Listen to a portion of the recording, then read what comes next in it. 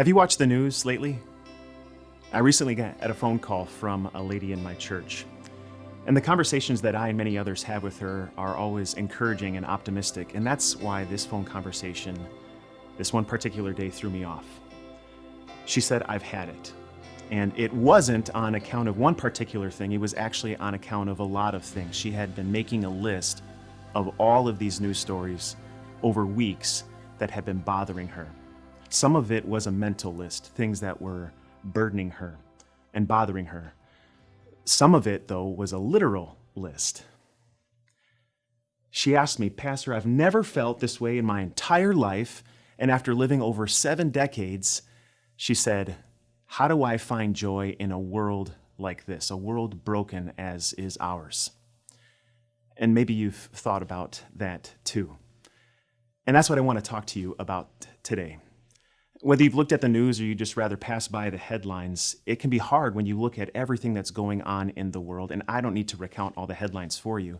It can be hard to find joy in a broken world like this. But that's why we have these incredible truths from God's Word. It's just this little book towards the end of the Bible. It's written by a man that was imprisoned literally by the brokenness of this world, written to a bunch of Christians who were feeling all of the burdens just like you and I do. It's given me a lot of comfort, especially in these trying times, and it certainly helped that lady too. That lady that I told you about, that she made a list. She said, "Pastor, I've been writing this down." She had the classic yellow legal pad, and with her left-handed slant, she had written down all of these things, and she turned them into a mathematical equation. Truly, a bold line underneath all of them, and then she had an equal sign, and she said, "Pastor, do you know what I wrote next to the equal sign?"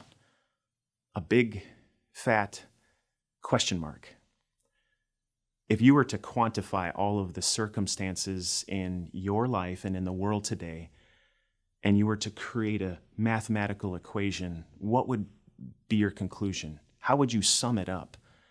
When you think of the headlines of what's going on overseas and even in our own country, when you think of what's going on in your home and in your own community, when you think about the last thing that you saw on the news or something that was shared via social media, when somebody talked to you, how long did it take before they shared something that wasn't encouraging, but another bit of bad news? You tally all of those things up. Maybe if you're like me, you can easily come up with not just a question mark, but a giant fat exclamation point next to the question mark, because our world is filled with uncertainty and it seems to only increase as such. So what do? How do you find joy in a world that's broken like ours? That man that I mentioned before who wrote that little book towards the end of the Bible, it's actually a letter, and it's written by a man by the name of the Apostle Paul. And he was writing to these Christians who were experiencing more and more persecution as the darkness of the world was closing more and more in around them. These Christians are the Philippians.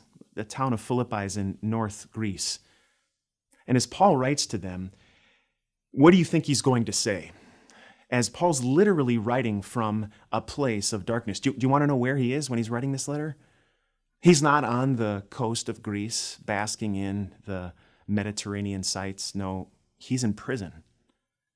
And as he's writing to people, what is he going to say? Is he going to say, I think this is about the time we should pack it in? Well, that might make sense. That's not what he says, though. Does he kind of sound like Eeyore, that donkey character in Winnie the Pooh, who always speaks of the doom and gloom? Oh, this is just terrible. It's only going to get worse. No, none of those things. In fact, he sounds incredibly optimistic. One of the words that he uses most commonly throughout this letter to the Philippians is the word joy, or the verb rejoice. In fact, towards the end of the letter, this is what he has to say to them. "Rejoice in the Lord always. I will say it again, rejoice. Let your gentleness be evident to all. The Lord is near." Now, this might be the time where you think he got bopped on the head by one of the guards and immediately tried to write a letter, or maybe he's going senile or something, but that's not at all the case. He can and he does encourage and even call Christians, not just then, but you and me today, to have joy. He doubles down. I'll say it again, rejoice.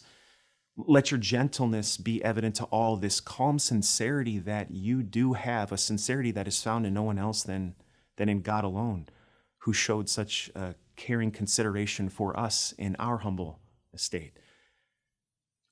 But he doubles down even further with a promise. Rejoice. I'll say it again, rejoice. Let your gentleness be evident to all. The Lord is near.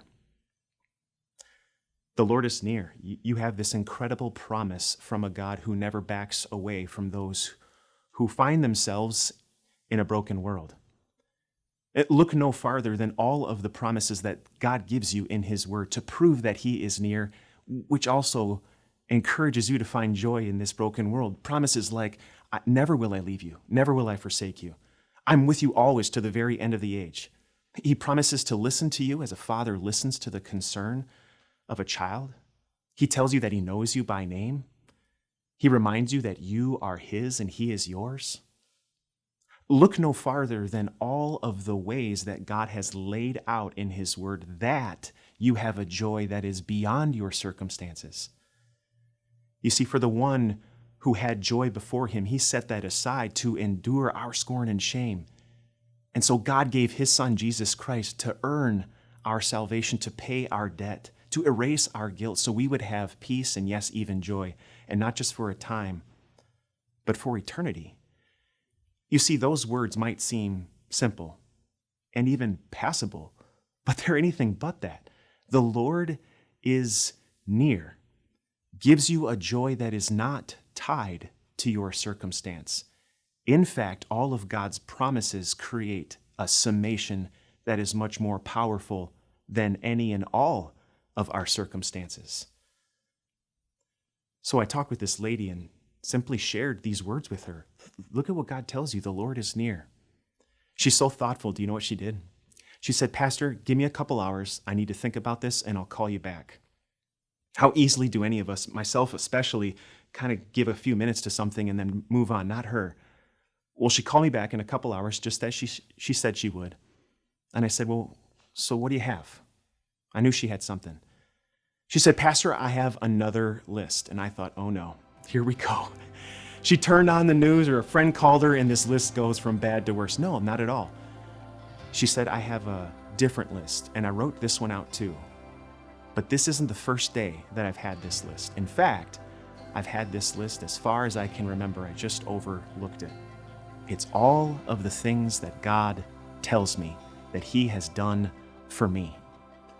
That is a joy that is not tied to our circumstances. In fact, it is a joy that nothing in the world can give or take away. So whether you are in a literal jail or in the prison of depression, whether you're stuck with worry and fear, more and more compounding uncertainty about what's coming down the pipeline tomorrow, next month, next year, no matter if you're facing economic ruin, financial struggle, worries and fears about your health or that of a loved one, there's plenty out there that would make us, conclude that all we have are question marks. But thankfully, God, who is near, gives us a joy that is not tied to our circumstances. It is cemented in the God who not only promises, but also proves by his power and has provided through his Son that we have a joy that lasts forever. And that joy is greater than all of our earthly circumstances.